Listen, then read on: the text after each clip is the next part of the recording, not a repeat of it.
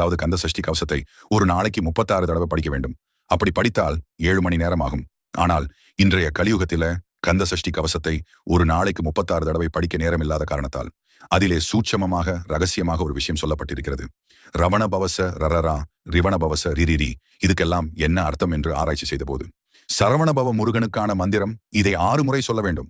இப்போ சே இந்த எழுத்தை தூக்கி பின்னாடி போட்டால் ரவணபவச அதை 6 முறை சொல்ல வேண்டும். அடுத்து யா இந்த எழுத்தை தூக்கி பின்னாடி போட்டால் வனபவசர. அடுத்து வ இந்த எழுத்தை தூக்கி பின்னாடி போட்டால் நபவசரவ.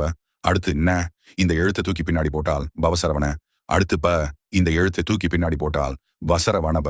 இது ஒவ்வொன்னையும் 6 முறை சொன்னால் 6 × 6 36 வரும். இப்படி சொன்னால் 5 நிமிடத்தில் சொல்லி முடித்து விடலாம். கந்த சஷ்டி கவசத்தை 36 தடவை சொன்ன பலன் உங்களுக்கு கிடைக்கும். இந்த ரகசியம் கந்த சஷ்டி கவசத்திலேயே சூட்சமமாக சொல்லப்பட்டிருக்கிறது.